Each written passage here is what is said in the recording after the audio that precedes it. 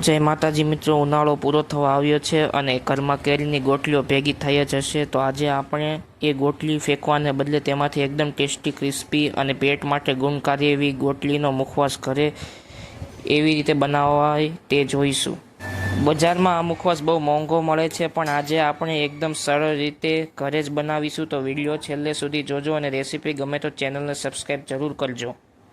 સૌપ્રથમ આપણે આ કેરીની ગોટલીઓ લઈ લીધી છે, જે આપણે તાબે તડકામાં સૂકવવા રાખી હતી. અહીં મેં કેરીની ગોટલી લીધી છે, જેને આપણે દસ્તાની મદદથી અથવા તો પથ્થરની મદદથી બરાબર વચ્ચેથી આ રીતે આછા હાથે ભાંગી લેવાની છે. ત્યારબાદ આપણે પથ્થર પર આ રીતે ગોટલી રાખીને અને તેની પર દસ્તો મારવાથી પણ અંદરથી બે ભાગ થઈને ગોટલી અંદરથી બહાર નીકળી શકે છે. આ રીતે કરવાથી અંદરથી એકદમ સોફ્ટ અને સફેદ કલરનો ગોટલો નીકળશે, જેનો આપણે મુખવાસ બનાવવાનો છે. જેથી ગોટલો આ રીતે ભાંગી લેવો. હવે જુઓ મિત્રો, આપણે જે બધી ગોટલીઓ ભાંગીને અંદરથી ગોટલા કાઢ્યા છે તેને તરત જ આ રીતે પાણીમાં ભરેલા તપેલામાં નાખવાની છે. હવે આ બધી ધોયેલી ગોટલીને આપણે બાફવા માટે કુકરમાં લઈ લઈશું. ગોટલી સરસ રીતે ડૂબે એ પ્રમાણે આમાં 2 થી 3 ગ્લાસ પાણી ઉમેરી લેવાનું છે. અને આ મિત્રો, આ સમયે જ આમાં સ્વાદ પ્રમાણે મીઠું ઉમેરી લેવાનું છે. હવે બધું એકવાર મિક્સ કરીને કુકરનું ઢાંકણું બંધ કરી દઈશું અને હવે 3 થી 4 સીટી વાગે ત્યાં સુધી રાહ જોઈશું. જુઓ મિત્રો, આપણી ગોટલીઓ એકદમ સરસ રીતે બફાઈ ગઈ છે અને એનો કલર પણ બદલાઈ ગયો છે.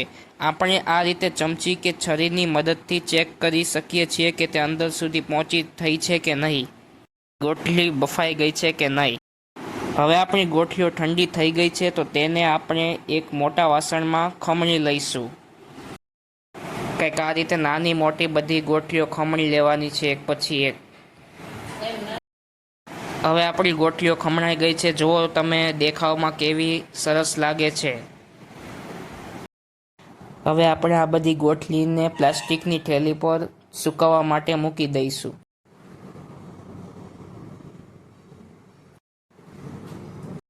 તો મિત્રો, જે ખમણતા વધેલી ગોટલી હતી તેની નાની નાની કટકી કરી લીધી હતી આપણે.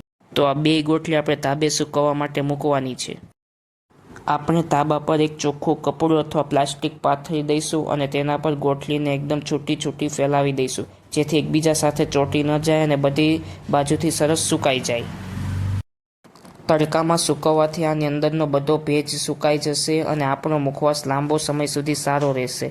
એમાં બિલકુલ ફૂગ નહીં વળે. આને આપણે એકાદ દિવસ માટે તડકામાં કડક થાય ત્યાં સુધી રહેવા દેવી પડે છે અને આ ગોટલી કડક થાય ત્યાં સુધી રહેવા દેવાની છે આપણે. તો આપણી ગોટલી સુકાઈ ગયા બાદ હવે તેના માટે એક વાસણમાં થોડું ચોખ્ખું ઘી ગરમ કરવા મૂક્યું છે.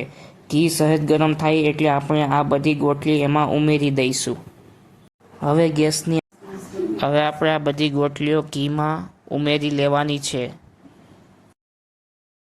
હવે કંઈક આ રીતે આપણે આ ગોટલીઓને સારી રીતે એકબીજા સાથે મિક્સ કરી લેવાની છે.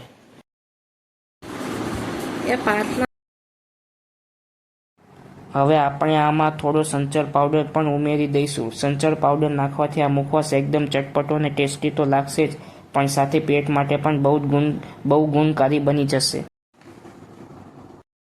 તો હવે આપણો મુખવાસ બનીને રેડી છે. તો આપણે આ મુખવાસને એક વાસણમાં સર્વ કરી લઈશું. જુઓ તમે, આપણો મુખવાસ કેટલો સરસ લાગે છે. હવે આ ઝીણી કટકીવાળા મુખવાસને આપણે તેલમાં શેકીશું.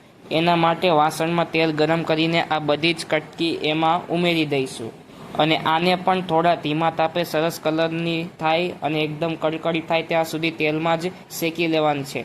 તેલમાં શેકવાથી આ મુખવાસ લાંબા સમય સુધી કડક રહે છે અને ખાવામાં પણ બહુ જ સરસ લાગે છે. ત્યારબાદ હવે આપણે આ મુખવાસમાં પણ થોડો સંચર પાવડર ઉમેરી લેવાનો છે, જેનાથી આપણો મુખવાસ ખાટો મીઠો અને ચટપટો લાગે અને પેટ માટે પણ ખૂબ જ સારો છે આ મુખવાસ. તો હવે આપણો આ ગોટલીનો મુખવાસ બનીને તૈયાર છે. તો આવી જ અવનવી રેસીપીઓ માટે અમારી ચેનલને લાઇક, શેર અને સબસ્ક્રાઈબ કરો અને બેલ નોટિફિકેશનને ઓલ પર ક્લિક કરો.